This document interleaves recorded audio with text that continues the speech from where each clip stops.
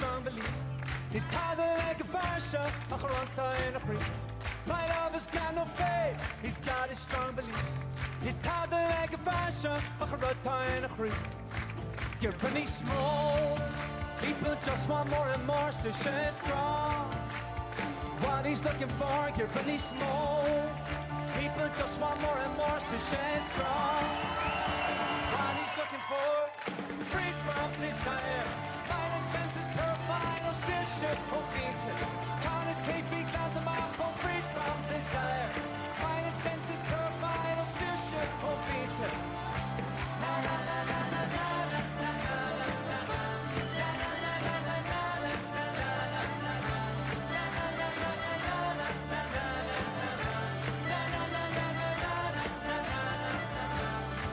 You're pretty small, people just want more and more, so she's strong. What he's looking for, you're pretty small. People just want more and more, so she's strong. What he's looking for, free from desire. Mind and senses purified, or sear shit, oh beaten. Gone is Kate, be glad the mark, oh free from desire. Mind and senses purified, or sear shit, oh beaten. Na na na na na na.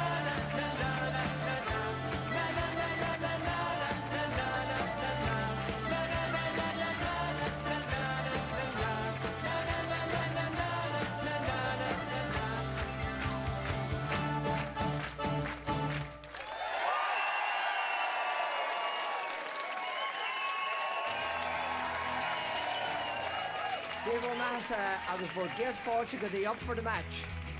Taking to the field of play, Corgi Fáilte Rev, your host for this evening's event, Jackie Harley and Des Cahill.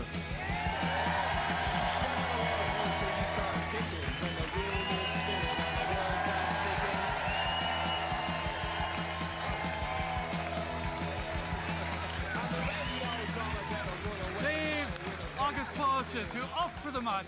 Well, tonight we're celebrating county rivalry. Tomorrow brings us Jim versus Jack. It's David Clifford against Michael Murphy. And we've the Hills versus the Kingdom. Absolutely, Des, and what a way to open proceedings with a sporting anthem that has its own comeback story. A huge thank you to Sean Lynn and the Taylor's Three Rock Irish Dancers. Well done, it's great.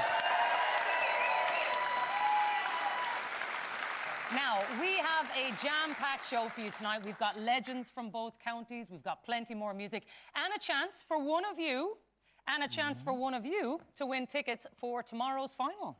Yes. Speaking of finals, Jackie, have you recovered from last weekend? You wore the lovely red outfit, now you're wearing black tonight. Look, Des, it's been a long week, but I'm putting all my eggs now in the camogie basket. You have a lot of eggs, because there were a lot of eggs in the hurling basket last week, but anyway. It certainly was, Des, but as these fans know, tomorrow is another day for Kerry and for Donegal, and I'm sure the nerves are high in both camps tonight. So let's start by going live to the home of Ryan and Owen McHugh and Paddy McBrearty. Marty Morrissey is in Kilcorra. Put it down, a big cheer. Okay? So once I start talking, a big cheer. Oh no, she'll put it down. She'll, yeah. Hello. Hello. Oh. Off you go, Marty. Marty wasn't the only one caught waiting there. Anyway, that is the real Marty. He does that in the office. When I come in, you all cheer, and we all do that. Anyway, all right, we'll come back to him. Let's go to Kerry, because Anna Geary is in the home of Shane Ryan and Paul Murphy in Rockmore. How's the Kingdom looking, Anna?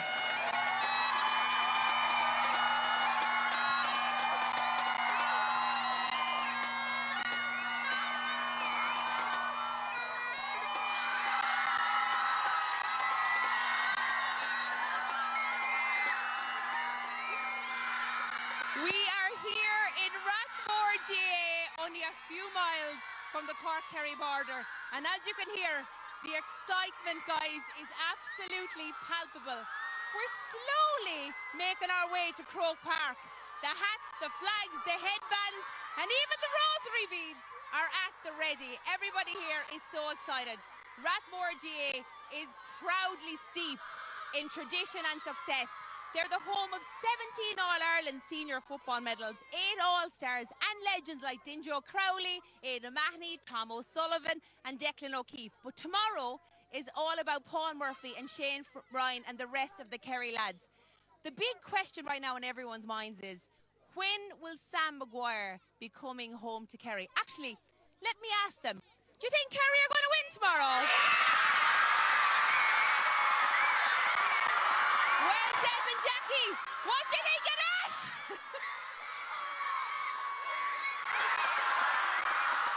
Ah, absolutely brilliant, and we will be back there right throughout the evening. Would you say he's ready? I don't know, look, it's Marty, anything can happen. And when I say anything can happen, I mean that we got word in our ear that Hollywood star Matthew Broderick is with Marty. I'll see it and I'll believe it, because there he is. Over to you, Marty. Which one is the Hollywood star? Thank you very much, Jackie, and welcome to Kilcarta in County Donegal, and we have a pipe band as well. But the crowd here is just enormous, and we're really looking forward to this All-Ireland football final. Now,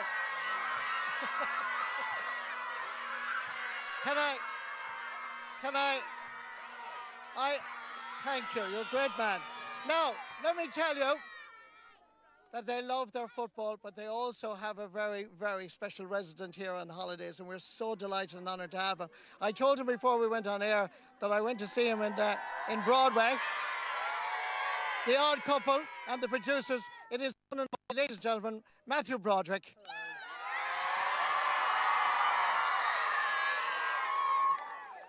Matthew, I know you've done so many wonderful things in your acting career, whether it be in Hollywood or on the theatre. As I said, I saw you on stage, went to see you. Have you ever experienced anything quite as dramatic as this? No, I don't think I have. This is, that's the loudest cheer I've ever received for any show, any play, any movie. This is great. What a great group you are. Matthew, talk to me, because the name Broderick immediately implies Irish, Yes. but there is a strong connection here in this part of beautiful southwest Donegal. Yeah. Tell me the story of how the Brodericks came here. Well, they came, my parents just used to come to visit, you know. They just were on a trip, and they rented a place and loved it, and they kept coming back, and then a place came available, and they bought that when I was a kid. So the whole family started coming here, you know, for summers and like that. So sometimes. You've been coming here since you were a young boy? Yes, for 75 years, I guess it is now, something like that. Yeah. No, I think you're a bit younger than that. You're a little bit, but yeah, since I was about 9 or 10 years old. Yeah. And your dad had a strong connection with the Kilcar GA Club. Yes, he used to come here, and he loved watching the matches here. He loved, this was a great spot for him. And so after when he passed... It's great to have Matthew Broderick there. You can see little interference, and we'll check back with him. He'd be ringing Tom Cruise now. Do you know Marty Morrissey? Look, hopefully we'll get back there throughout the night. Now, tomorrow's final, of course, is going to be the culmination of so many months of hard work by the players and the management. An awful lot of miles travelled by all of you as well, supporting your teams the length and breadth of the country. So let's take a look at how both teams got there.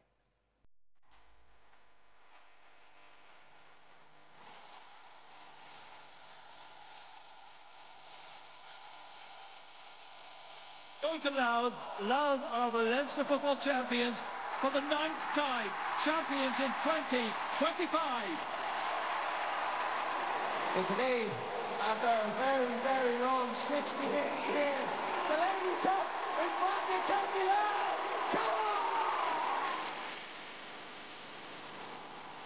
There's the hooker. It's level at this stage. Donegal up to play on. Here on more. If they get another score, they will be the one who'll be going in. And Moore has put it over the bar. Donegal have won the match. They were a wee bit ruthless there and just went for the juggler. From Miole Martin, intercepted by Clifford. He's in, he goes low, and he scores. He's passed the challenge. Michael Langer for Donegal. Brilliant. It's O'Shea going for another two-pointer here. Ambitiously done. He's got another. His second two-pointer of the first half. He's now on 8 points. I think once we got here, a little bit of a spark again. One ball in around the back. Here's a goal chance. Surely. Who else? Who else but David Clifford? Leaving it here for Gallen. Oh, what a finish by Oisin Gallen. An absolute textbook Donegal. And it will be a repeat of the 2014 All-Ireland Final in just 2 weeks' time. It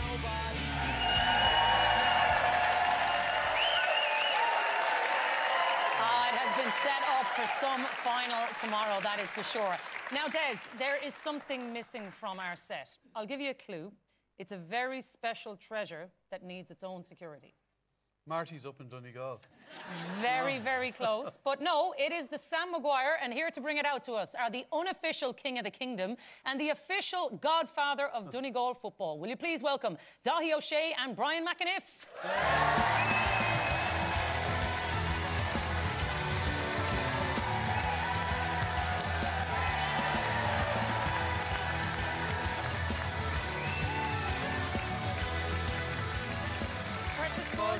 Brian, welcome along. Thanks a million for being with us. Daithí, thanks a million. You're very welcome, Brian. Have a seat. Great to see you, lads. Good to be here. I tell you what, when we were thinking about who was going to come on the show, we thought legendary status, the godfather of Donegal, the King of the Kingdom. That's some title, The Daithí. King of Kerry's a goat, though. Yeah, that's fair. That's the problem. Yeah, it's hard to compete, though. Yeah, certainly is, but you know what, we'll give it a go.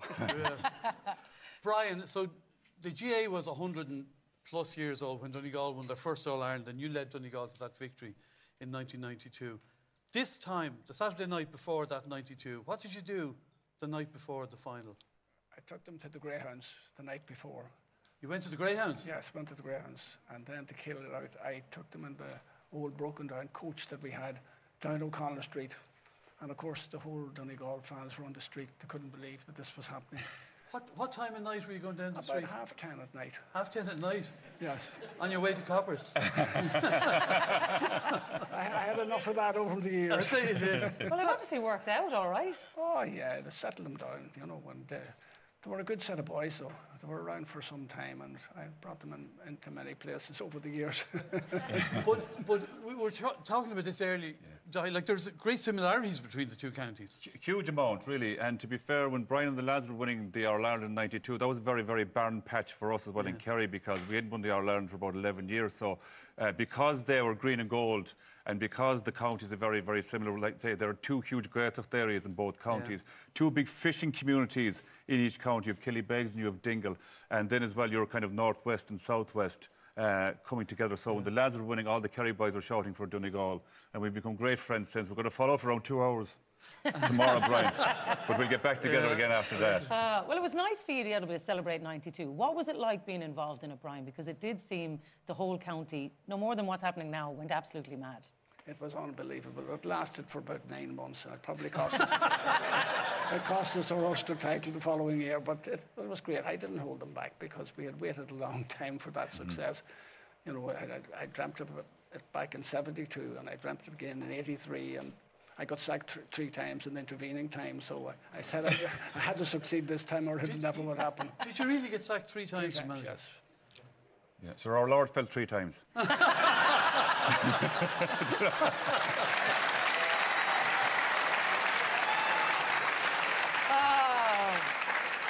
But it's what it means to people, even away from home. Like, it's a very emotional thing, a first All-Ireland, Brian.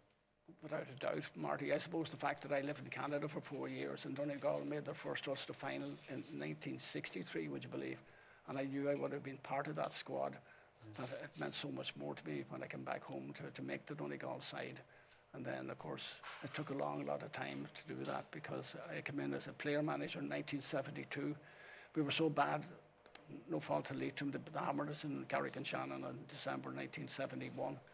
And we sat down in the dressing room afterwards and we put our heads together, and I approached Mick Higgins, the great captain, stalwart at the time, and he said, I see that you manage the minor team, why don't you do it yourself? And he says, I'll give you a hand. And I happened to be a player manager in '72, totally against my will, but at the same time I took it on board, and we went from there. And with 13 of that team that Leitrim had hammered, we won the first ever Ulster Championship. It was very special to us. Yeah, it's phenomenal times because it goes by so quickly. You know, you talk about being sacked 3 times, but be able to go back and to be able to enjoy that kind of success and to be able to still be celebrated by your people today is something else, Brian. Well, you know, that's the way things are. I'm in the southernmost part of the county, and at that stage we had a very successful club side, St. Joseph's, and we weren't that popular down the county because we won some 8 senior championships in a short space of time. So it was very hard to get elected to anything because I was on the Ulster Council. I got sacked of the Ulster Council as well. Was there anything you weren't sacked out of? Brian, we've just got a call. You're finished. We've had enough. Were you ever sacked from anything, Dolly? Not yet. I'm working on it. But when you were winning all those things, was that the same time you were set dancing, Brian? Oh, I was set dancing. That's Shin Scale Ella. Well, you've time to tell it We now. can clear the table away, I'll tell you. Well, in South Donegal, we'd be noticed for Kaleen dancing, but we decided we'd enter a team into the set dancing in South Donegal. As materialised, it was Donegal town. We were the only people in. There was only 4 of us. There was my wife and her sister and a local schoolmaster. And we'd done a bit of practice, and I was trying to participate. So the adjudicator was a man from Limerick who was teaching in Manor Hamilton, and he says, Bundoran win the competition because they're the only entrants, but they can't go forward because they only have 4, you have to have 8. But he says, I want to comment on the team. He says, there's 3 excellent dancers and a man enjoying himself. Well, look, we might get you doing that again now later.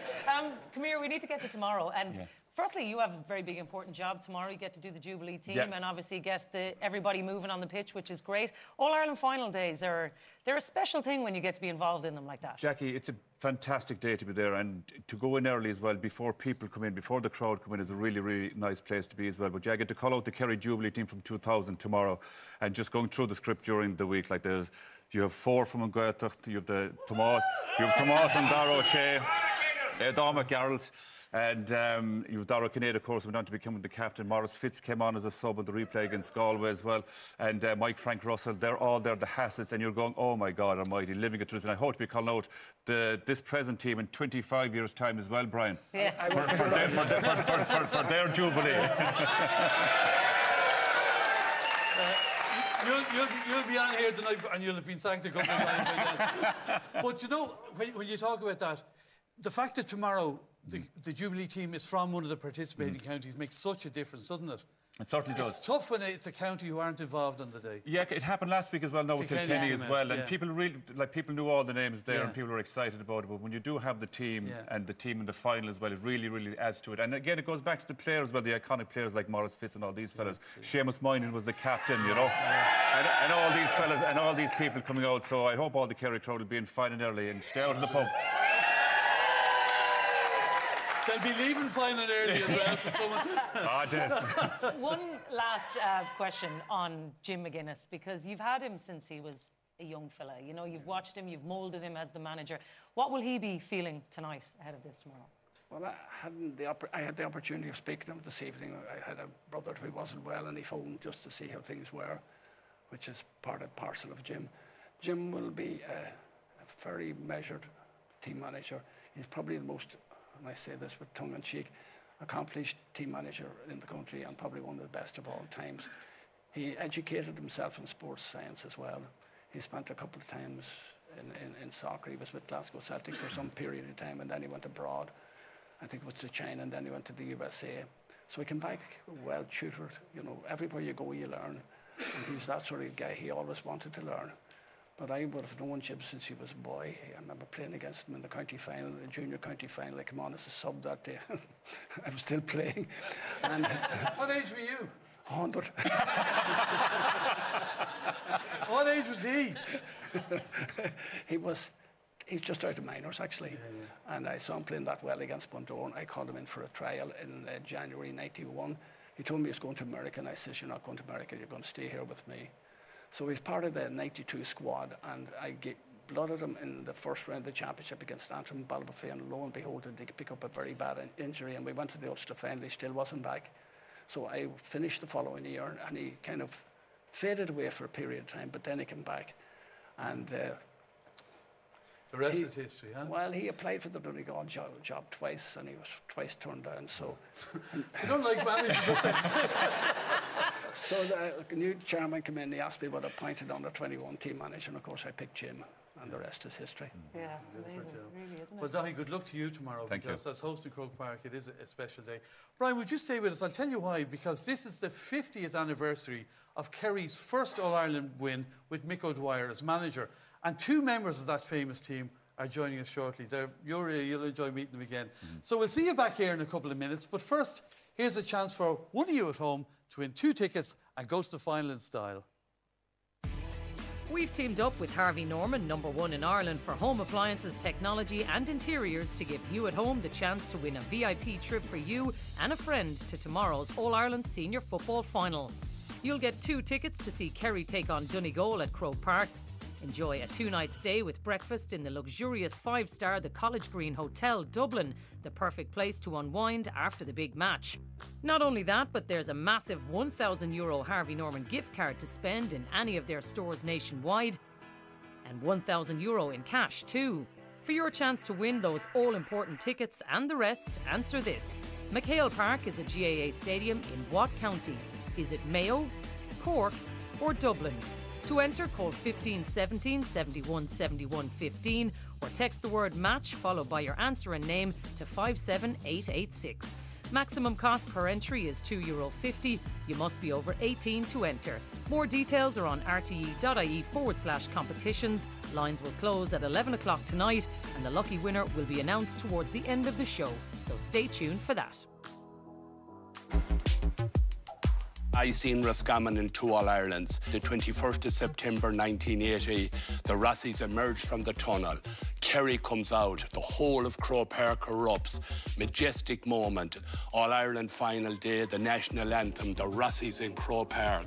It doesn't get any better. That's why I love the GAA, that's why I love being from Roscommon, and that's why I love All-Ireland final day.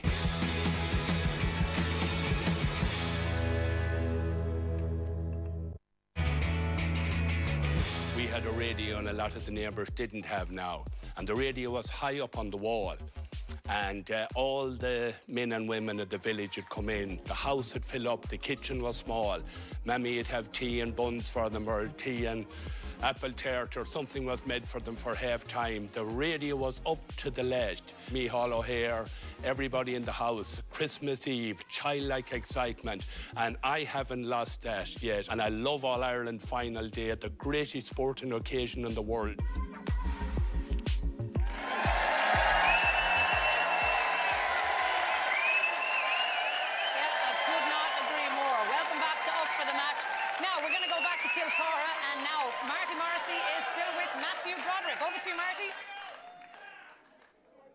Thank you very much, and welcome back to Kilcarrick here in County Donegal, and in the beautiful part, the Gaeltacht area of Southwest Donegal. Matthew Broderick is here with me, and indeed we apologise over the breakage earlier in the link. Matthew, I asked earlier, have you ever seen anything like this? No, this is fantastic. I love seeing everybody. They're not allowed to cheer now, I know, but you know you want to cheer. They were cheering so loud before, and let me capture this link that you have with the Broderick family, with this part of Donegal. How did that start again? It just started because my parents came here they were just driving around and they ended up stopping here and rented a house and then did it again and again and then bought a little house, and me and my sisters brought us there, and we spent, summers here from the time I was maybe 10 years old. And the Broderick Cup is now part and parcel of Kilcarrick GAA. Tell me that. How did that happen? Well, my father loved sport, and he loved coming here particularly. When he was in Kilcar, he'd always come and watch the games, the matches. And after he died, there was a little fund set up to help the youngsters here, the under-14s, and somebody decided to make a cup and make a game to, a match to win the Broderick Cup, as it's called. And this is it. And maybe you people will win it one of these days. And I know that yourself and your wife, Sarah Jessica Parker, and your own children, you come here and you present the medals as well, don't you? Yes, when we're here at the right time. Oh, we always do. Yeah, that's a great day, great afternoon, really fun. I know. I mean, you've presented Saturday Night Live. You've done so many movies. You've performed on Broadway. But can you put into words what this means to you tonight to appear and up for the match? Well, this is definitely a high mark for me. I actually am very excited to be part of it. The whole county has been crazy the last 2 weeks that I've been here. We have flags up in our yard, you know, and we have one sticking out of our car. I've seen green and yellow cars going by, and so it's very exciting to be here, and to be a little part of it is very fun for me. So will you and Sarah Jessica and the girls and your son, will you all watch the match tomorrow? Yes, we will. Yes. We're definitely going to watch it. And do you get a bit animated? Do you get excited if Donegal? If Donegal win the All-Ireland, now you're one of their own here. Yeah. Will you get as excited about everybody else? Yeah, I'll be very, very excited. You know, that would be fantastic. Of course, I want Kerry to do well. I want them both to win. Is that possible? I think you better say Donegal here, Matthew. Donegal, You're outnumbered. No, absolutely want Donegal. Matthew Broderick, we are so delighted to have you on Up for the Match. This is the first for us to have a Hollywood star on this particular programme, and thank you so much for joining us. I'm very honoured to be on the programme, and nice to meet you, Marty. Yeah. Well, thank you. Okay. Matthew, from all of us in Kilcar, it's back to your studio. That's two men who've had their dream fulfilled tonight. Well, Brian McAniff is still with us. Now, it's exactly 50 years ago since Kerry won their first All-Ireland under Mick O'Dwyer, causing a huge upset by beating the Dubs. And two of their stars, get over it, two of their stars from 50 years ago joined us now. Will you welcome, please, Ger Power and Mikey Sheehy.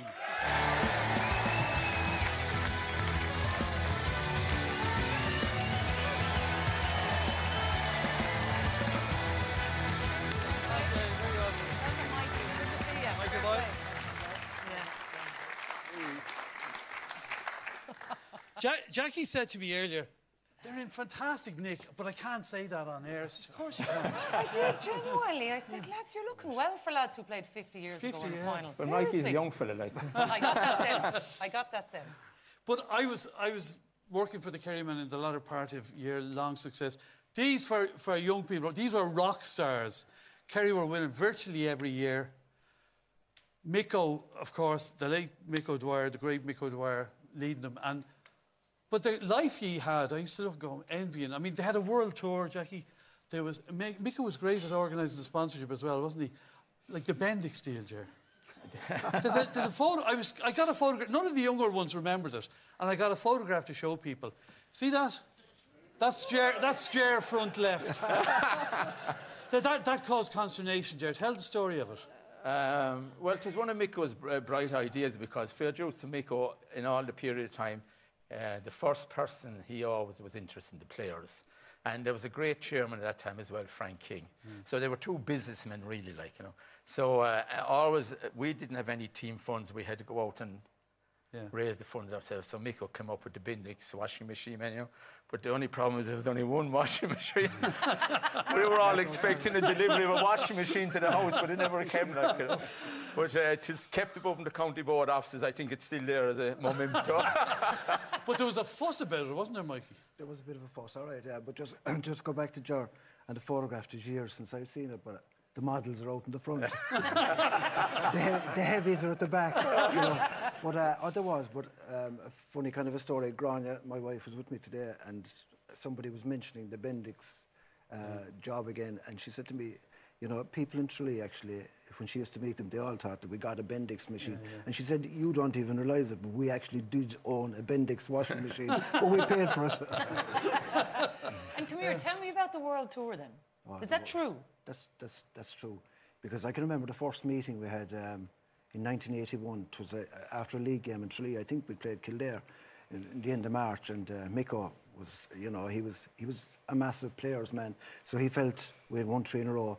We deserved a tour, and I said there might have been a bit of a recession at the time in the country, you know, and there was a meeting anyway above in the Imperial Hotel after the Grove, and there was a couple of county board officers there, and Micko was there, and a few of us, and they were talking about, the county board guy said, look, a world tour is not on, we couldn't afford it. And then Micko piped up and he said, no, I think these guys deserve it. And they were talking in those days in pounds, that it would have cost about £50,000 to go on a world tour. So next thing, then Micko said, I'll pass you over to Paddy Shea, the late great Paddy. And Paddy says, I have a man here alongside me, a man by the name of Tom McCarthy from Monaskal. And Tom stood up anyway, and he said, you're talking about £50,000? He said, not alone will I raise 50, but I'll double it. And he did. he raised about £120,000. So that was the world tour. Yeah. That's incredible. These are the scenes, Ger. Your dressing room, that was 75, I think. Micko being interviewed by the late great Mick Dunn. Eileen Dunn's dad was the GA guard. What were the dressing rooms like? God, half of Kerry's in there. Seriously. Oh, well, they were great supporters, and they're still great supporters, like, you know. Yeah. Well, could anyone walk into the dressing room? Well, I think, you know, they deserve to be inside it. Like, they stuck with it that was 1975, like, you know, and that was the real old Croke Park, like, you know, the timber floor, and you could get anything there, and you could get spikes in your feet and everything. But yeah, there was everything was great at that time. And even our training sessions, like, we never had to close gates in training sessions. No matter what, every match we played or any trial match we played, the gates were wide open, and Micko insisted it, let all the people come in and watch us training. That's one thing from when I couldn't believe it when I went. And the number, Brian, the number of visitors from the north in particular would come to Kerry to watch it. There'd be 2,000 or 3,000 watching them all the time in the summer. Yeah. It was a privilege. I paid a visit there myself. Did actually. you? In fact, in '75, I had an involvement with the Sligo team that they hammered in the semi-final. The semi-final, yeah. Yeah, we had won Connacht for the first time. And but when we were talking about the Lads World Tour, you were a bit of a tourist yourself now, Brian. You came across Micko in New York. I did. Tell us that story. Well, Micko and myself and Mick O'Connell and Pádraig McShea and Dooney O'Sullivan, we all went out to play for Kerry in New York. Now, the reason myself and Pádraig McShea were playing was that Donegal had a good team in New York, but they'd never asked us over this north-south Donegal situation pertaining from back then. So that was fine. I asked John Kerry O'Donnell then in 1974 if we won the Ulster Championship, if he might bring us back out again. He said, well, fine. That was fine until we arrived. So you played for Kerry? Yes, I was playing for Kerry. So we played in New York the first day, and the second day, all hell broke loose. The New York Championship Final, Kerry, New York versus Donegal, New York. And here was myself, the Donegal team manager, playing for Kerry. So I got sacked. I was thinking that might have been one of the sackings. Was that? Which sacking was that? I was just wondering, was that the first, second, or third sacking? I suppose that's probably the legacy of, you know, being able to travel, being able to meet GAA people, because I think Micko in particular, he seemed to be, as you said, a real player's man. He seemed to just be able to understand letting you loose, doing your own thing. How? Absolutely. He was, you know, and I think, you know, it bears the fruit of it nowadays, you know. I mean, and I'd say a lot of people in Croke Park frowned on those deals, the Bendix deal. There was another deal then later on down the road a lot of people didn't know about was Adidas. Adidas. Yeah. And I'll tell you a funny story about that Adidas deal. Was I think it was Micko put the deal together anyway. That's the photo. And there you are. It was, Paul will explain the photo because he was the photogenic guy. He organised all that. But I was the free taker at the time, and I had a deal with Puma, just that they were giving me gear at the time. Yeah. And Micko did put a deal in place. It was kind of performance related with 4 games really, 2 in Munster. If you came out of Munster, then play semi-final and final. And you know, the money went up. Now we didn't know exactly what we were getting, but he said to me anyway that. You're wearing Puma boots now, he says. And he says, do you like wearing Puma boots? I said, look, I'm quite happy with them because they were looking after me gear-wise and everything.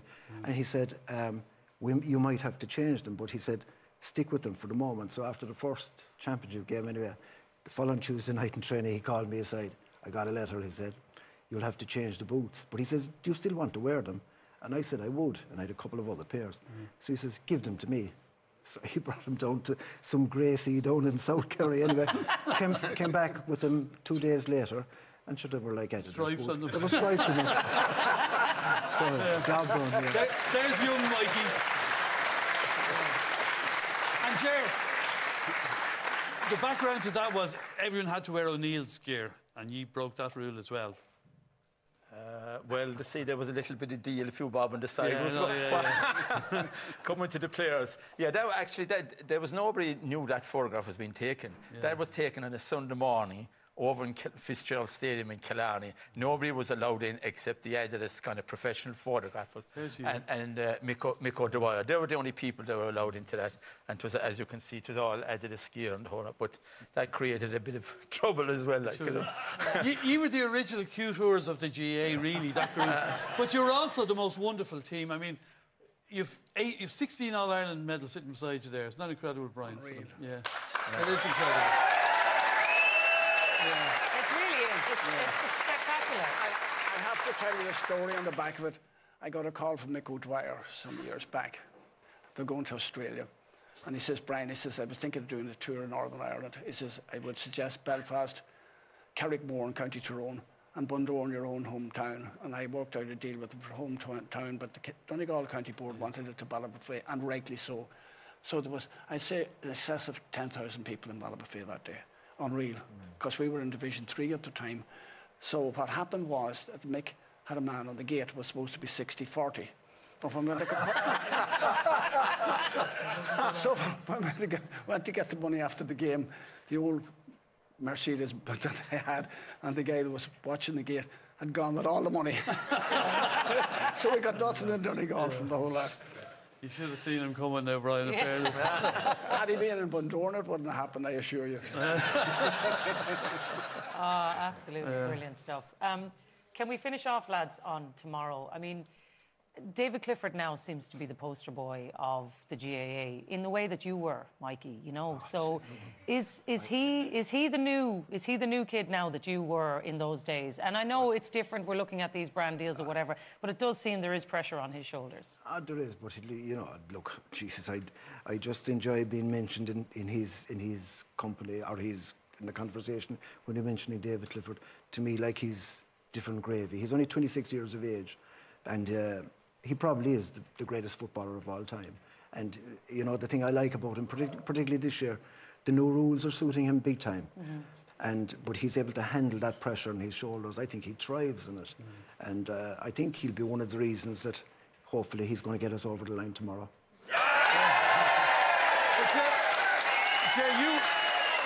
Kerry was an all-star as a half-back and a half-forward. So you know all about the Donegal side of playing, these lads bombing forward from defence. That's hard to stop as well for Kerry. Well, what people don't realise is that Jim McGuinness was down in Tralee, 97, 98 and 99. And who was his trainer? Who? Me above in the Austin Sacks Club. I remember Jim coming up with a few training sessions, like, you know. But they had a great team that time. Tomorrow, I think the level of fitness is unbelievable. Like, you know, it's great to see it because we lived on we saw no ball for about 3 or 4 months of the year, and I think the level of fitness now is absolutely brilliant. And it's improving the game. Like what improved our game was the hand pass, and what's improving this game really is the new rules are brilliant, and it's a joy to watch playing football now. All right. Yeah. Well, that's 2 votes for Kerry, am I right? I'd give him a little bit more. And Brian, final word for you. Donegal? We have a man called Michael Murphy.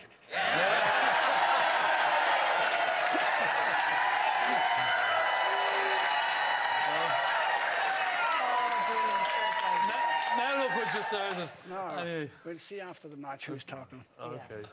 Well, look, thank you to our panel, to Brian, to Mikey and Ger. But I'd like to end with some lovely memories of the man we were talking about, the great man from Waterville, Mick Dwyer.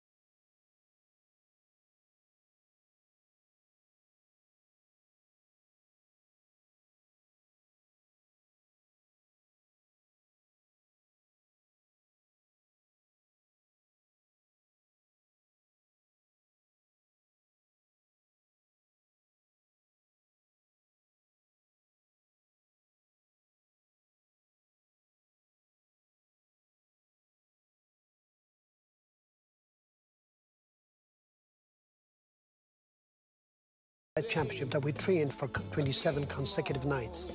And I made a decision that when I would take over a team, I would change the system completely and totally, which I believed would always get players right. What about the wives of the players? Well, it was a good job at that stage. They were all bachelors. There are the champions. Look at this for celebration.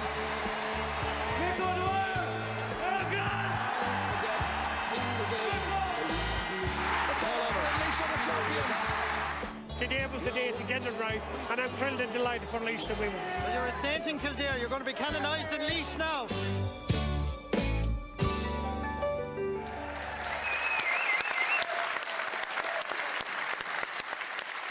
Yeah, the great Mick O'Dwyer.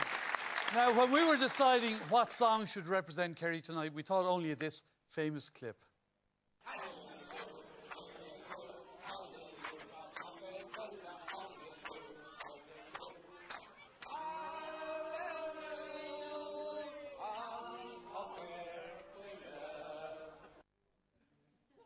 A song that Mick heard sung thousands of times by the late, great Paddy O'Shea. Poor Mick probably still listening to Paddy singing it up in heaven now, but it's the great song on Pucker Willa, performed tonight by West Kerry group Cuas.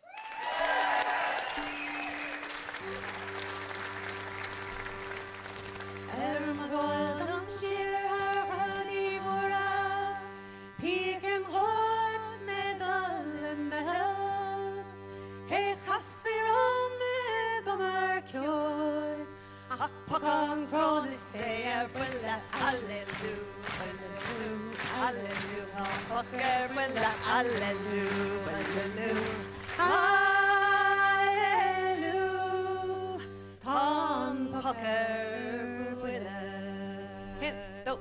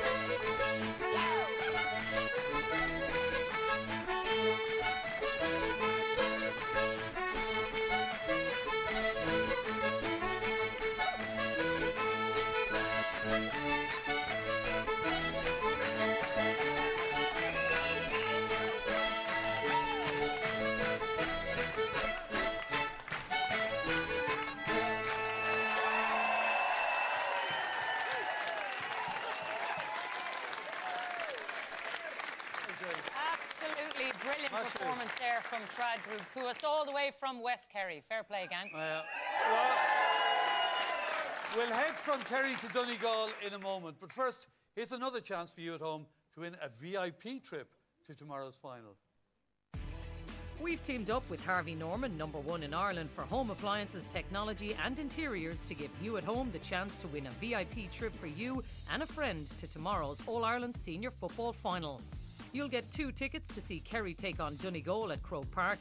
Enjoy a 2-night stay with breakfast in the luxurious 5-star The College Green Hotel, Dublin, the perfect place to unwind after the big match. Not only that, but there's a massive €1,000 Harvey Norman gift card to spend in any of their stores nationwide, and €1,000 in cash too. For your chance to win those all-important tickets and the rest, answer this. McHale Park is a GAA stadium in what county? Is it Mayo, Cork or Dublin? To enter, call 15 17 71 71 15 or text the word match followed by your answer and name to 57886.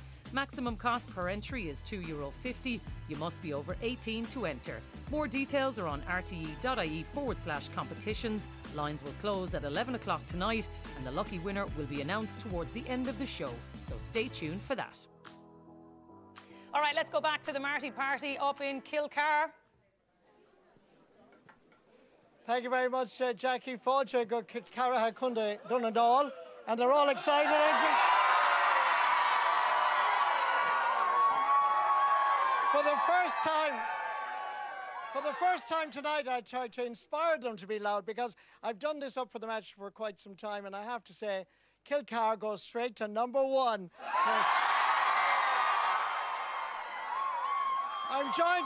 I'm joined by Fiona McGinley, the secretary of Kilcar GA Club, and James McHugh, who is an All-Ireland medalist from 1992. Fiona, I know you've won senior championships, but have you ever seen anything like this, like up for the match for tonight? Yeah, it's absolutely amazing. I would say the work that has been done over the last 2 weeks to make this happen here in Kilcar. It's like since the word went out, social media went mad, and we're like, oh, this is going to be a big crowd, and the effort that everyone went to turn up here tonight, it's amazing, and all the noise and the colour, and even everywhere out through the parish. If you see, there's not a pole, I would say, that doesn't have a flag on it. It's well decorated, and it's brilliant to see. And everybody on their phones as well, which caused us a problem, but I wouldn't blame them for that. In terms of you being the secretary, you're heading down to Croke Park tomorrow. 3 of your team, of your members of your parish, are going to be in Croke Park tomorrow. Yeah, it's brilliant. For such a small, we're a small rural club here in southwest Donegal, and it's amazing that we actually have 3 players on the panel, and to have Paddy as our captain as well is absolutely brilliant. And we can't wait till next week until he's bringing the Sam Maguire down the truck on the main street. Fiona, thanks. Stay with us, Fiona. James McHugh, an All-Ireland medalist in 1992, everybody. James, your nephew Ryan and your son Owen are part of the 26-man squad tomorrow. Are you nervous? Are you a nervous dad? Nervous uncle? Oh, geez, certainly I'm, Marty. I know one thing, it's a lot easier playing than it is watching them, but the other side, I mean, it's a great honour for, for ourselves as a family, and particularly for the club here. As Fiona said, to have 3 here. This is the first time that we, in the All-Ireland finals, that we had 3. We had representatives in all the finals. 2 was the most we had, but this year that we have 3. It's a huge honour to the club. It's a huge testament to the amount of, to the amount of work that's going on. As I was saying to you early on, we're a very small club here. We're a one-school club.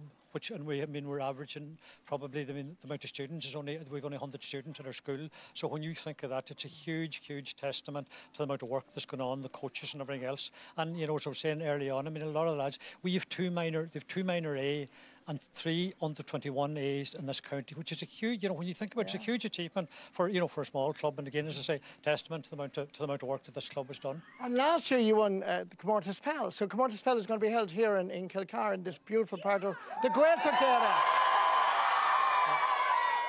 Yeah, bhíon buag an hééis kill the mantra.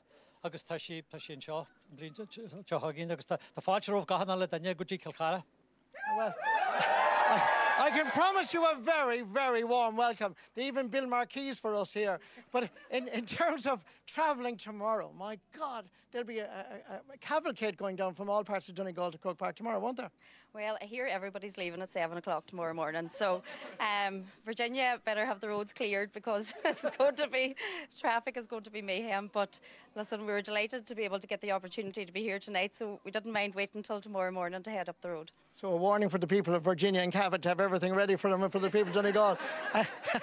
I've never heard that before, Fiona, but I like it. James, last word. Donegal's day tomorrow, do you think? Can they counteract the Cliffords and Shawnee O'Shea and all the boys from Kerry? I certainly think they can. Jim will have some plan. But Marty, just what I was saying to you early on, you're a man for a party. So next Tuesday here, when the pipe band leads Sam down the trough, there'll be as good a place as you'll ever go for a party as the Kilcar.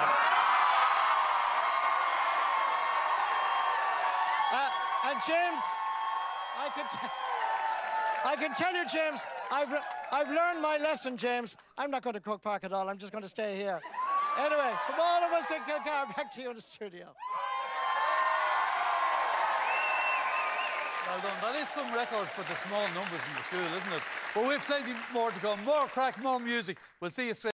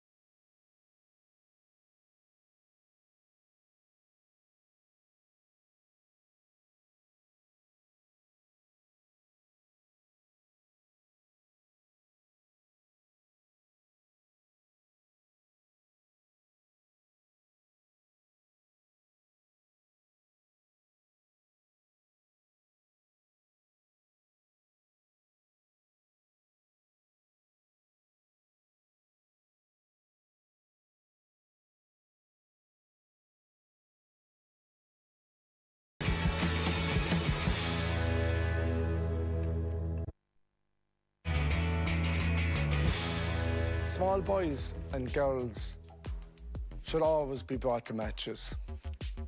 We never forget. My father lifted me over the turnstiles. In Croke Park, 1964, I was 7 years of age, and if wind blew in from Ireland's Eye, I'd have ended up over the top of the Hogan stand.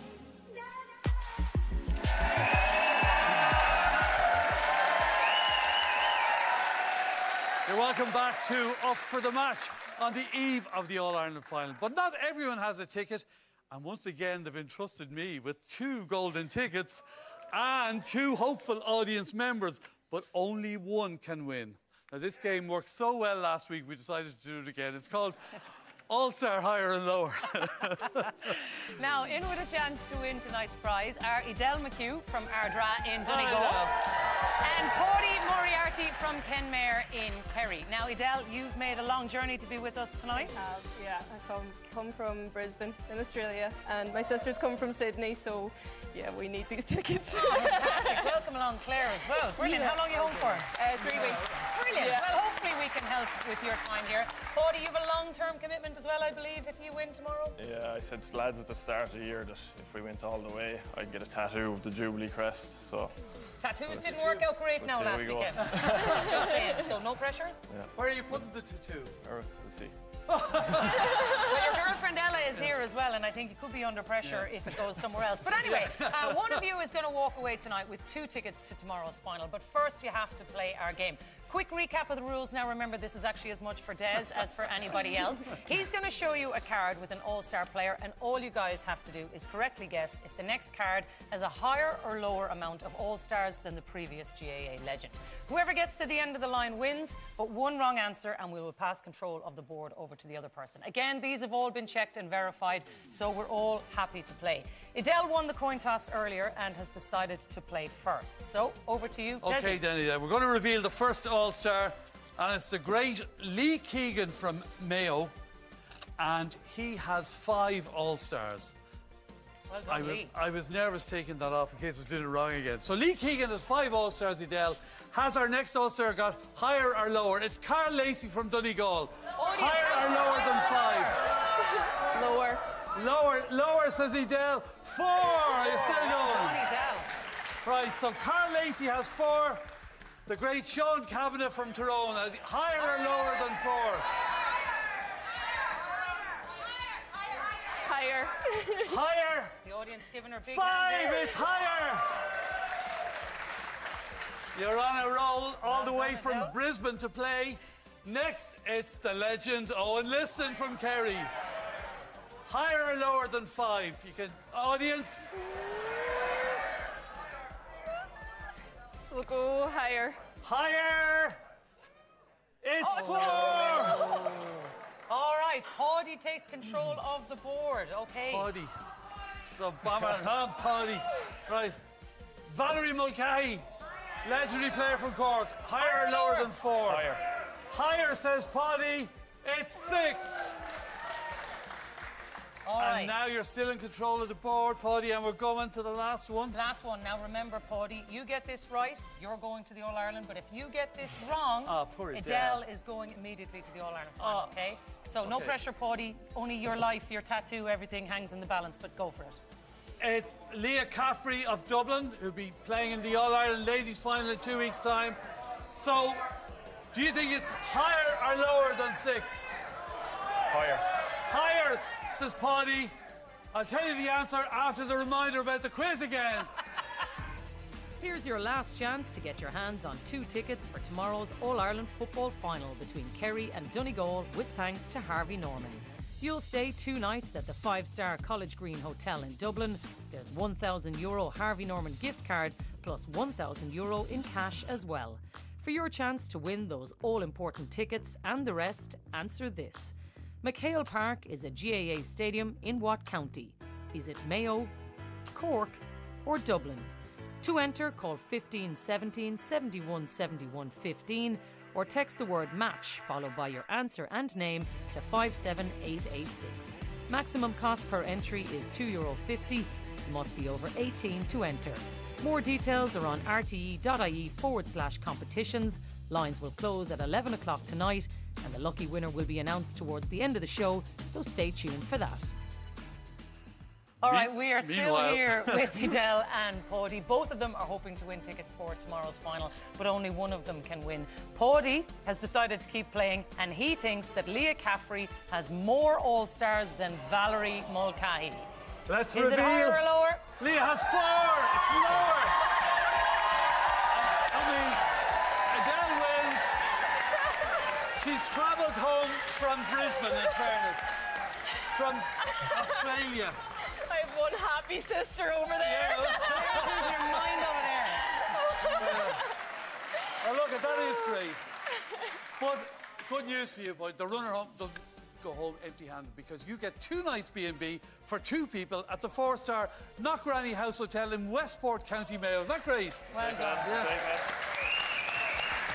Absolutely brilliant. Fair play. You can get the two put on while you're up there. All right, well, our audience really enjoyed that, Des, but I think they look like they might enjoy a trip away themselves. So they're having a lovely trip to Dublin. Yeah. What have you got for them? Well, let me tell you. Neville Hotels is an Irish family-owned hotel group. It's got 6 iconic hotels all around Ireland. Each hotel promises genuine Irish hospitality, exceptional service to make your stay truly memorable. See neville.hotels.ie for more. So, to celebrate this year's All-Ireland Football Final, Neville Hotels have given us a 1-night stay with breakfast in any of their hotels for everyone in the audience.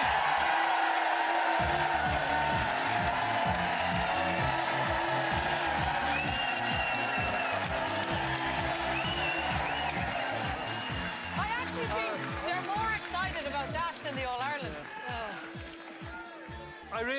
And I thought they were here to see us. Anyway, let's see if the gang in Rathmore are as happy as our audience here. Anna, how are you getting on there? They absolutely are, Des. The party atmosphere is in full swing here in Rathmore GA Club. We're surrounded by friends and family of all the players. I hope you can hear me, because I can't hear myself.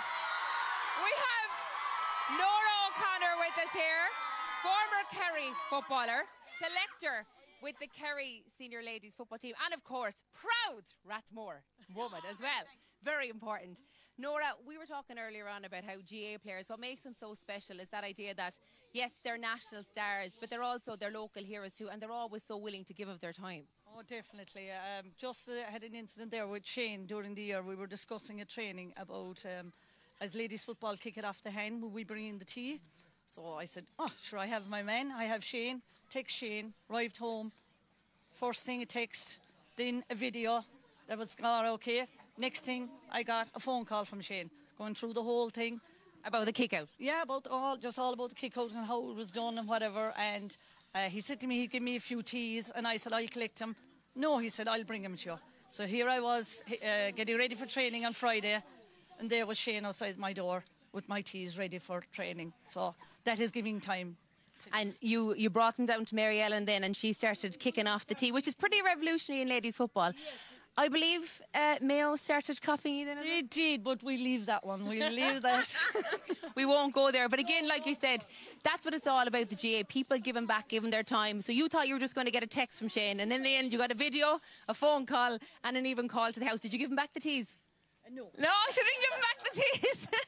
I'm here as well now with Paul Murphy's uncle, Padraig. Yep. So I suppose for you, I mean, obviously you've known Paul right since he was a small fella, and you coached him as well. I did, yeah. I suppose one thing you were always guaranteed with Paul when he took to the field was that he'd be one of the smallest players on show. It never put him off. It encouraged him to develop fine football skills, box clever. And they're never boxing on the field, though. Never boxing, but they're the traits that he's brought right through to senior football, you know. And I know that he was, you know, any excuse. He never missed a match. He found a reason to get out of things rather than actually get out of the match. Yeah, like he was stone mad for football from the start. But there was one occasion where there was a kind of a strange clash of fixtures, really, a clash of religions. Paul was supposed to play an under-12 county league match in South Kerry, and his first cousin was having his first Holy Communion in County Kildare. So there was a bit of a dilemma in the family. What are we going to do? And so they decided to carry 2 cars. And once this church service was finished in Kildare, Paul and his dad, Donald, gave up on the food and the fun and jumped into the car, drove 5 hours down the road to Portmagee to fulfil a fixture with Skellig's Rangers. So we knew then that Paul was committed enough for Rottmore under 12s. Yeah. There was a good chance he'd be committed enough for Rottmore seniors. And with a bit of dreaming, maybe, Kerry. So. And there he is now, lining out in Croke Park. And I believe there was fast down the road to see us on the pitch as well, but we'll say no more about that. Yeah. They made the match and they won, which is the most important thing. And the very best of luck to Paul. Now, Diarmuid McCarthy, former principal of Holy Family National School. I believe there's such a thing down this way as the Kerry Leagues, and they were a big thing. I know you taught like the likes of Declan O'Keefe and Shane, obviously, and Paul, but Shane Ryan showed you from a very early age that he was very competitive.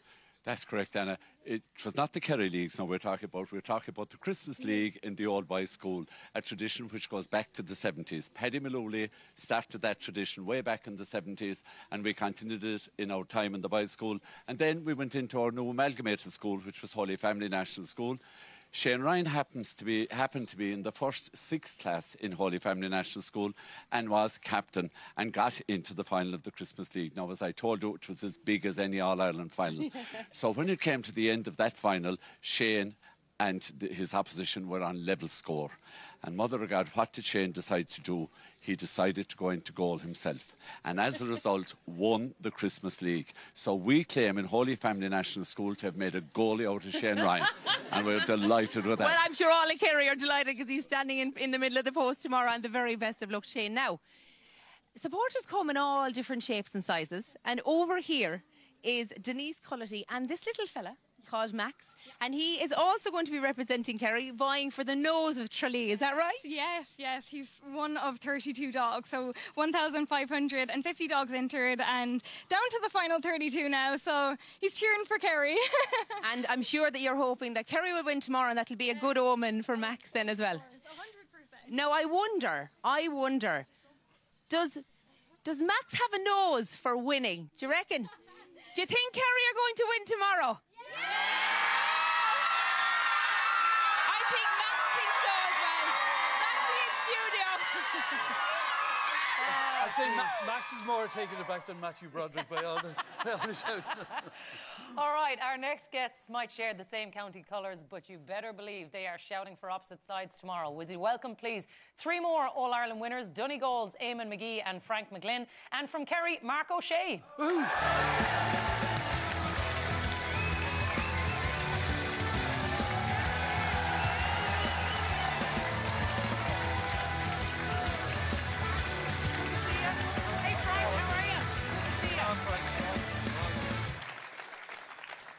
You're very welcome, lads. Geez, you're still looking good too, 3 of you. I wonder, you were very young, obviously, in '92 when Donegal won their first All-Ireland. Have you any memories of it, Eamon? Memories in '92, I think I had a curly mop ahead. Yeah. And nothing wrong with that. Tony Boyle, yeah, just a bit like yourself does. Tony Boyle had a curls too, and someone compared, you look like Tony Boyle. And that's my only memories of the thing. That's Tony Boyle up on the TV, and I want to be like Tony Boyle. So that was my first kind of love for Donegal GA, was Tony Boyle's curls. So. Yeah, well, he got man of the match. He did. Yeah, not a bad idol to have. No. I suppose something like what you had with Paddy knocking around below, you all probably just wanted to be him. Yeah, and I see the Sam there, and it's like back then, Sam was there a lot because obviously the great Kerry team, and we were privileged to be growing up during that period. And watching the likes of Ogie and Mikey and Bomber and Ger Power and all these great Kerry players come back and with the cup. So, as I say, we were so lucky to have that. And all you ever wanted to do then was to play with Kerry. And lucky enough, then we managed to do that and win a few ourselves. And I remember one year, I'd say it was Dara's last year, 2009. And we met afterwards, met Paddy, Dara Tomas, myself, and he was asking, of course, he said, I said, I had 4 at the time, and I said, Paddy, I'm catching up with you, I've 4 now, and I was being a bit cocky, I suppose, and he turned to me and he says, come here now, unless you can count them in 2 hands, you're no good, he says. So he put me back in my place, I can assure you. Oh, brilliant. Well, of course, Paddy, legendary manager as well as player, but Frank, when Jim McGuinness came in, he kind of revolutionized. You were already there. Were you getting married around the time he came in? Yeah, I got married probably in November 2010, and Jim just took over after the under-21 campaign at the end of 2010, and I remember that famous meeting now at the beginning of that was about October time, and everybody refers to it as a moment it all changed, but I was sitting in the room thinking, geez, I'm getting married in a couple of weeks. Where's all this time going to come from? I'm going to be training 6 times a week. And then on the wedding day, someone sent in a message to say that make sure and enjoy the honeymoon, that Jim's going to meet you back at the airport with the whistle and cone. He wasn't at the airport, but I wish he was, because at least the airport's flat. But instead he took us to Dunfanaghy with sand dunes and hills, so it was a lot worse down there. And was it a tough regime? Yeah, well, it definitely was. Jim puts a good emphasis, when you see from today's team, he puts a good emphasis on fitness, so he does. And it was hard for all of us. It was hard in the body and hard for a change of life, because it became your life, really, essentially. Yeah. You put so much time and so much effort into it. And I suppose we're probably among a lucky group, like the 92 group and the 2012 group, that we got to probably the pinnacle and captured Sam Maguire. And hopefully we've a new group tomorrow that's going to do something similar. Yeah. You're right, though, because it's a very privileged group, and there was something special about what he did with you that year in 2012, because he built what it seemed from the outside like a siege mentality with you. He did, you know, and it wasn't just an overnight thing, it was gradual. You know, we had the 2011, that famous game in 2011, and we realised we had to move up a gear in terms of the commitment, in terms of what's required tactically, and it was just every night he was telling us, you're going to be an All-Ireland winner. And he was instilling that belief, and it was gradually, took a while for it to get through to a few of us now, but it kept going, and every night you're pushing your body to the well now, and you knew then that you had it in. You knew that you're ready when you're out of your comfort zone so much, when you get it in the game, you're just used to it, and you can react, and you can make that right decision. So it was just a gradual kind of rewiring the brain into what it takes to be a champion. But you'd no time, obviously, given it was, sounds like almost relentless. Well, you need to ask the two women in the green room about that day. But, it was relentless, but again, it was enjoyable. Now, listen, I would have loved if Jim McGuinness came in earlier in the career and brought in this lifestyle, this commitment, because talk about, people say it's a chore to be a county player, and I just totally dispute that.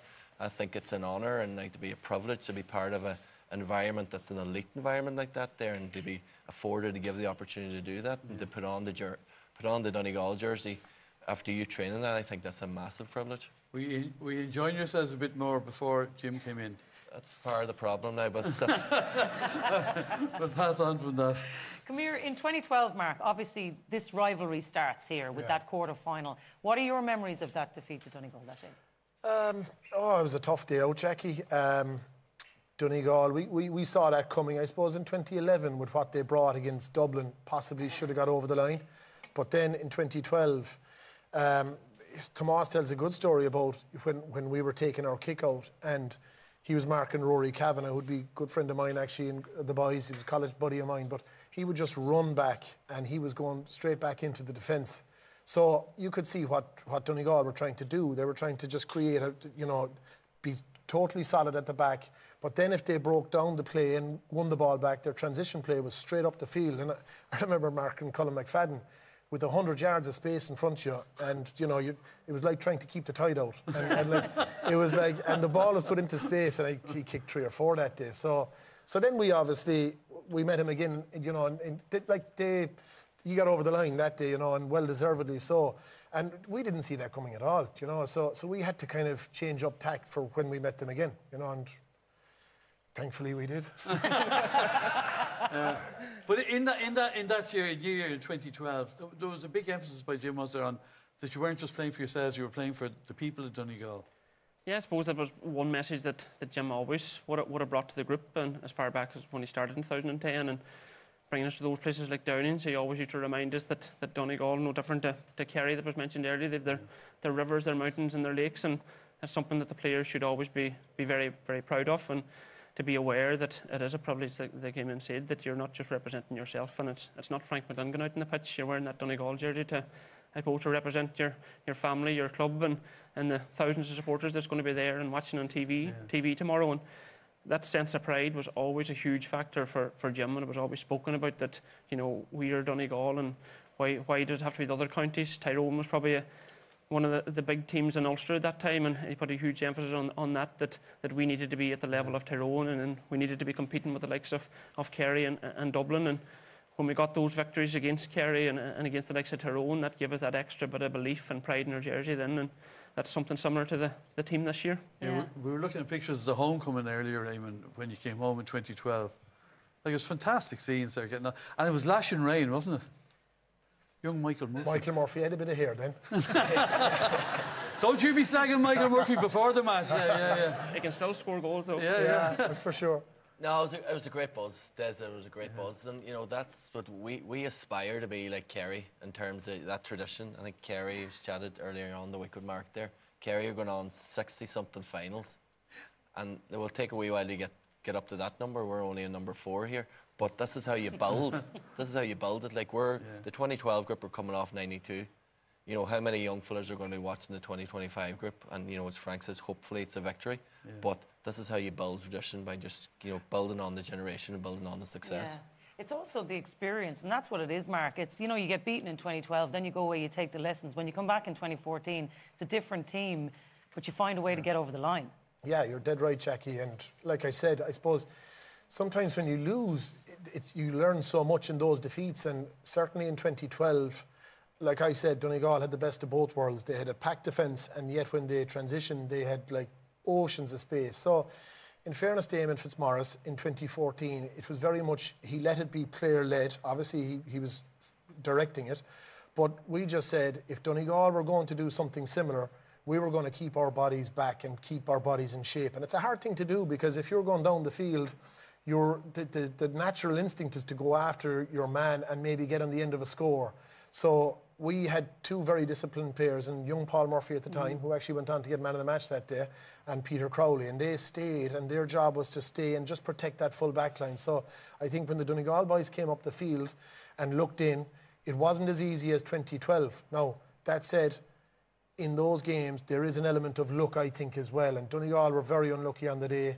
McFadden, my man, he palmed the ball, nearly went into the back of the net, could have made a draw out of it, and our big fella Kieran Donaghy won that kick out from Durkin and got the ball in the back of the net. So those games, sometimes they go with you and they go against you, but thankfully that day they went for us. But I did think we did learn from 2012, and we had our homework done. He had that incredible start in 2012. The great man got the goal after a couple of minutes. Have a look at this. 45 metres out from the target. Beautifully in there to Murphy. Great shot, great goal! 2 minutes and 25 seconds on the clock when he got that. Murphy wins the first ball in, and it's a dream start for the favourites, the Ulster champions. Hard to stop him, Frank. Yeah, definitely. Michael's definitely hard to stop, and what you wouldn't give for a start like that again tomorrow. But as Mark said, you know, you need that bit of luck, and I suppose in 2012, the quarter-final game against Kerry, you know, we had that bit of luck from that side and kick from Colin McFadden that ended in the back of the net, and sometimes that gives you that spur at the beginning of the game, and I suppose Kerry had it in 2014, so I think now, going on that basis, it's our turn tomorrow. So Isn't it funny, though, that Michael Murphy, you know, apart from the hair, and we're slagging and joking there, 13 years later, and after taking a break from the game, he's still back doing that again, Eamon. And he's back, like, it's between Michael and Clifford for whoever wins the final tomorrow is going to make Donegal won, Michael gets Player of the Year, Kerry won, Clifford gets Player of the Year, and to be back performing at that level is a testament to Michael himself and what he's put in to get up to it. Like, he's 2 years out, and the work he's put in, and he's just all about Donegal. Like, he's all about Donegal more so than, you know, any of that there Donegal group. He just loves it. He's been involved in underage Donegal teams. He's been involved with Glensolly clubs since a young age, so it's just in him, and he's such a good ambassador, and we're delighted that he's back anyway for this year. Yeah, you're not the only one. We'll leave it there for the moment, lads, but they are going to stay with us, and they're going to give us their predictions in a little bit. But first, we're going to have a bit of music, because when it comes to Donegal songs, this next singer is responsible for one of the county's most recognisable GAA tunes. He's come all the way from Lanzarote to be with us tonight. Will you please welcome Rory and the Island?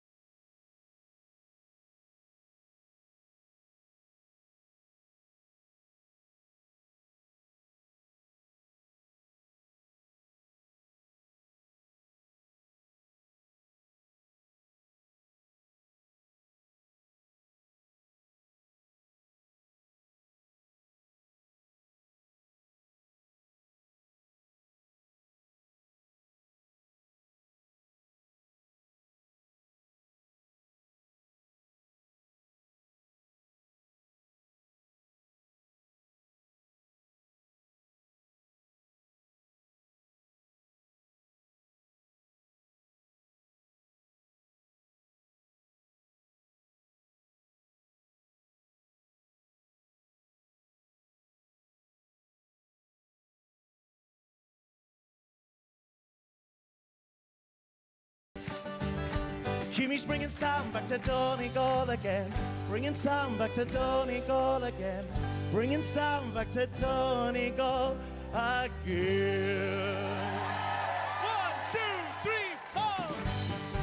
Woo! Here we go. You talk about Atlantis, oh, it's a lost beneath the sea. Oh, the grave of the unknown soldier, or the cry of the old banshee. Who's the man in the iron mask? Was Jack the Ripper set free? Oh, last of all, where's Donegal? It's still a mystery. Oh, why could I build a wall around of Donegal? The north and south to keep them out. Why can't I build her tall? Casinos, chicken ranches, I'd legalize them all. We'd have our own Las Vegas in the hills of Donegal. Hey, Las Vegas in the hills of Donegal. You sing this one.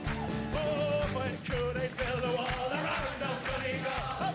The north and south to keep them out. Why can't I build it tall? Casinos, chicken ranches, I'd legalize them all. We'd have our own Las Vegas in the hills of Donegal. Hey, Las Vegas in the hills of Donegal.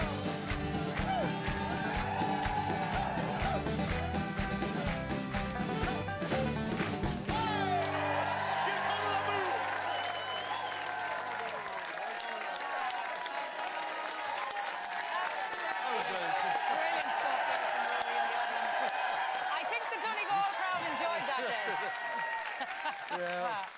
Oh, it was great. It was great energy here. We've plenty still to come. We'll find out which you at home is going to win tomorrow's All-Ireland, and we'll check in with Anna in the Kingdom. We're back with the lads after this. This is going to come as a surprise. I scored a goal in my first ever Gaelic football match. My primary school, St. Damian's. My primary school, St. Damian's, actually had a very good Gaelic football team. And I remember the first time we ever played a game, I scored a goal, which was immediately disallowed. Can anyone... I was going to say, was there a goalie in the... No, because I ran with the ball as if it was a rugby ball. I didn't realise I had to bounce it. Perfect. Or to kick it, yeah. So it didn't go quite well.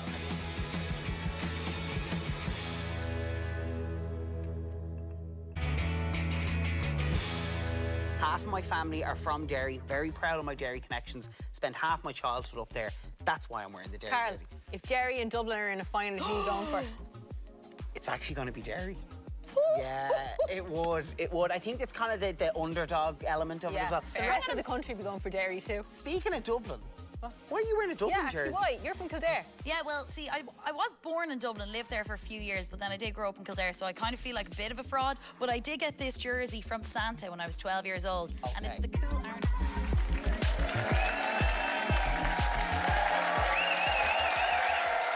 All right, welcome back to Up for the Match. Time now to get our panel's predictions for tomorrow. Eamon, I'm going to start with you. Why do you think Donegal are going to win tomorrow? I think tomorrow we're a better team. And I just think, I'm looking at the matchups. I think Brendan McCole, who's been the best fullback in 3-4 years around the country, I think he's going to contain as best as he can contain David Clifford. I think Jim will have a good enough plan in terms of that defensive setup that they work on all year.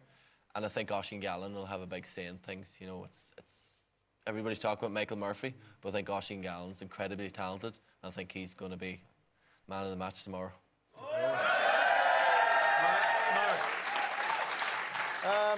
Look, I suppose Kerry during the year weren't in a good place, particularly after the Meath match and after the Cavan match. You couldn't see us coming out of that. And I suppose it's been done in the past, and you know, we took on the All-Ireland champions Armagh, beat them in areas where they were very strong, middle of the field, areas like that. And I think David has brought it to a new level. And we have David Clifford. I know Donegal have Michael Murphy, but we have David Clifford. I think if we can contain Sean Patton, who I think is huge, if we can contain that, if we can stop their runners, I think, you know, with David and with Paddy, the curve is going up for Paddy, the curve is going up for Shawnee. I have to mention my small man, he's 9 today, okay, and he got a Nintendo Switch, but the best present we could give him is the Sam Maguire coming down Denny Street on Monday evening. So I I think with the way the forwards are, I think our forwards are too good. I think we'll just get over the line. Yeah. Frank, how are you feeling? How are the nerves? Are you feeling this is going to be Donegal's day? Yeah, I'm as confident as you can be going into an All-Ireland final. You know, there's a lot of factors in it, as in the buzz about it and dealing with the parade, dealing with all the, you know, the things that go on beforehand, you know, and nobody knows how players are going to react. But I suppose the confidence I would give is that Donegal playing to their best and Kerry playing to their best. I think Donegal with their fitness and that belief in their manager and the pride in their county, I think the first half could be cagey and both teams might just settle into the game. But that period after half-time, I think Donegal, has the pace and fitness that Kerry haven't met before. And if they can bring that for 20-25 minutes of the second half, I think they'll have enough to get by. I love that the audience are feeling it, the gang here are feeling it, everybody is really up for it. I think it's going to be absolutely brilliant. Give it up for our panel here, ladies and gentlemen, to Eamon, to Mark and to Frank. Fantastic insights there. Now, we are going to go back for one final check-in with Anna Geary in Rathmore. Anna, what is the crack in Kerry? Welcome back to Rathmore GA Club. Like that, the party is still going on, and I have a feeling it's not going to stop anytime soon. Now, we met Jeremy McCarthy earlier on, and he actually draws the lotto for Rathmore GA Club. As we all know, in clubs right around the country, a very important job. Now, rumour has it that this lotto machine actually has balls in there that can predict the scores of All-Ireland finals. So, Dermot, am I right in saying that we're going to test this out? You have the chairperson here, Kieran O'Keefe, as well, to help you out. I love that. You're doing it in teamwork. So, the first ball that's going to come out of this lotto machine is going to do what? The number of goals by which Kerry will win, hopefully. And the second ball that comes out? The number of pints by which Kerry will win, hopefully. Let's take it away and see. Let's see if it's any good at predicting. Right, so the first ball out is? Iverdale, the number 2. 2. So Kerry are going to win by 2 goals. Agus Iverdale, 4. So apparently, Kerry are going to beat Donegal in the All-Ireland Senior Football Final tomorrow by 2-4.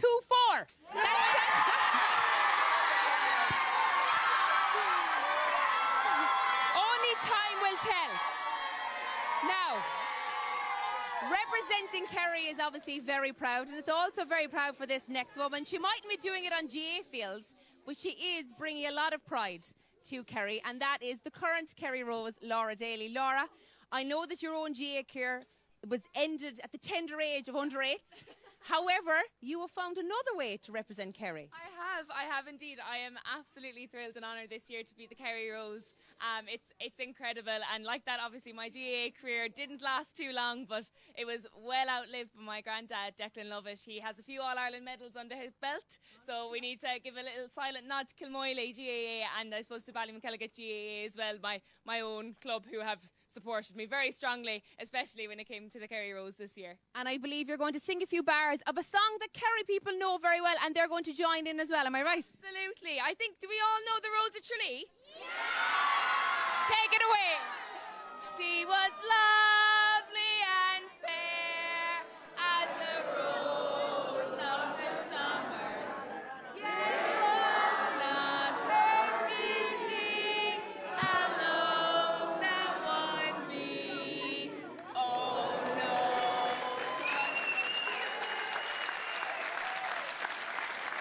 And that was lovely. Here too? Yeah. They'll be going all night and not more. Let's go back to Donegal now and see how Marty's getting on. Taking their hearts out, maintaining that Jimmy is going to win the matches tomorrow in Croke Park. And there's a wonderful atmosphere here. I'm joined by the Donegal Man of the Year. I think he's been Donegal Man for a number of years. Noel Cunningham, congratulations over being that wonderful title. Describe for me, you being a proud Kilcar man, the impact of Donegal qualifying for an All-Ireland final in the community. It is indescribable, because as you hear, the enthusiasm is everywhere. There are flags everywhere. And right from when we lost the semi last year, the momentum began to build. And it's been incredible. And just so enjoyable. And what you are seeing tonight here in Kilcar is the best of community. And this year in particular, you know, take a line from Donegal down toward Kilcar. There's a lot of South Donegal, fine people. And James McHugh mentioned the trough. Well, for our family, it's very proud because on Tuesday, the captain, when he brings Sam down the trough, my mother, who was Patrick's grandaunt, and his grandmother, who was my grandaunt. Is Paddy McBurton? Absolutely. Yeah. There's only one Paddy in Kilcar. So we are, and you know, Paddy just represents that group of young people who have been extraordinary. They have given us joy and laughter and fun and fright. Yeah. Noel Cunningham, thank you very much indeed. Lovely. And the best of luck tomorrow. Well,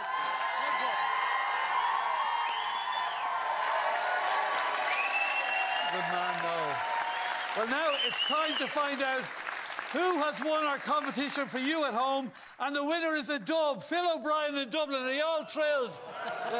I knew they would be. Thanks to Harvey Normans for their prize. Thank you. All right, last thing to say, thanks to all of our guests, to our fabulous audience here tonight, to all of you watching at home and around the world. Best of luck to both teams tomorrow and to referee Brendan Coley and his officials. Don't forget, you can follow all of the coverage on RTE1, on RTE Radio 1 and on the RTE player. Agus be Creala Umlon Le Fall as Gaeilge an RTE News Channel Agus Radio Le Gaeilge. And if you're driving from Kerry or Donegal to match tomorrow, be careful on the roads, enjoy yourselves. From all of us here, good night. Happy All Ireland.